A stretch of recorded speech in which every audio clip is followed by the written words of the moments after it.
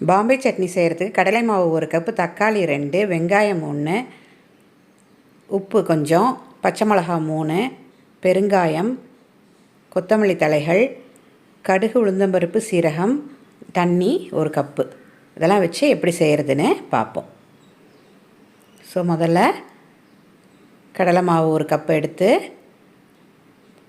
தண்ணி ஊற்றிக்கிட்டு தேவையான அளவு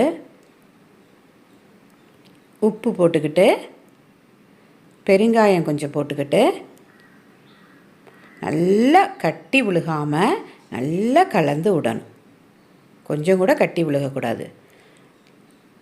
தேவை இருக்கிறவங்க வடிகட்டி கூட எடுத்துக்காங்க.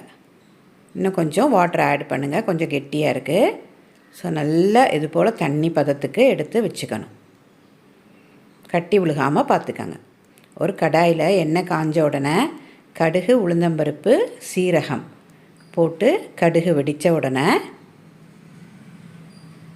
வெங்காயம் எடுத்து வச்சுருக்கோம்ல 1 கப்பு, அதை உள்ளே போட்டு நல்லா கண்ணாடி பதத்துக்கு நல்லா வதக்கி விட்டுட்டு தக்காளி எடுத்து வச்சுருக்கோம் 2, அதையும் போட்டு நல்லா வதக்கணும். அது வதங்கின உடனே பச்சை மிளகாய் 3 உள்ளே எடுத்து வச்சுருக்கோம், அதை போடணும். மஞ்சள் தூள் இந்த டைமில் போட்டுட்டு நல்லா ஒரு கலந்து விட்டுட்டு கடலை மாவு நல்லா கலந்து வச்சுருக்கோம்ல அதை உள்ளே ஊற்றணும்.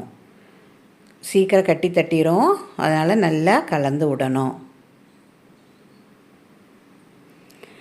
இன்னும் தேவையான அளவு தண்ணி 2 கப்பு இன்னும் தேவை, அதையும் நல்லா உள்ளே ஊற்றி நல்லா கலந்து விடணும். ரொம்ப ஈஸி இந்த சட்னி. உடுப்பி ஹோட்டலில் ஃபேமஸ் ஆனது இது. கரம் மசாலா ஆப்ஷனல் தான், தேவை இருக்கிறவங்க அதையும் உள்ளே ஆட் பண்ணிக்கங்க. ஒரு பிஞ்சு கொத்தமல்லி தழைகள் உள்ளே போட்டு, இன்னும் கெட்டியாக இருக்கிறவங்க கெட்டியாக சாப்பிடுங்க. தண்ணியாக என்ன வேணும்னா இன்னும் தண்ணியை ஆட் பண்ணி சாப்பிட்லாம். தேங்க்யூ கைஸ், ரொம்ப நல்லாயிருக்கும். நீங்களும் ட்ரை பண்ணுங்கள். இப்போ பார்த்து முடிச்ச வீடியோ உங்களுக்கு பிடிச்சிருந்துச்சுன்னா லைக் பண்ணுங்கள், ஷேர் பண்ணுங்கள், கமெண்ட் பண்ணுங்கள் அண்ட் சப்ஸ்கிரைப் பண்ணுங்கள். பக்கத்தில் இருக்க பெல் ஐகானை ப்ரெஸ் பண்ணுங்கள். அப்போ தான் நான் போடுற வீடியோஸ் எல்லாம் உங்களுக்கு நோட்டிஃபை ஆகும். Happy cooking, share happiness and spread positivity. Thank you guys.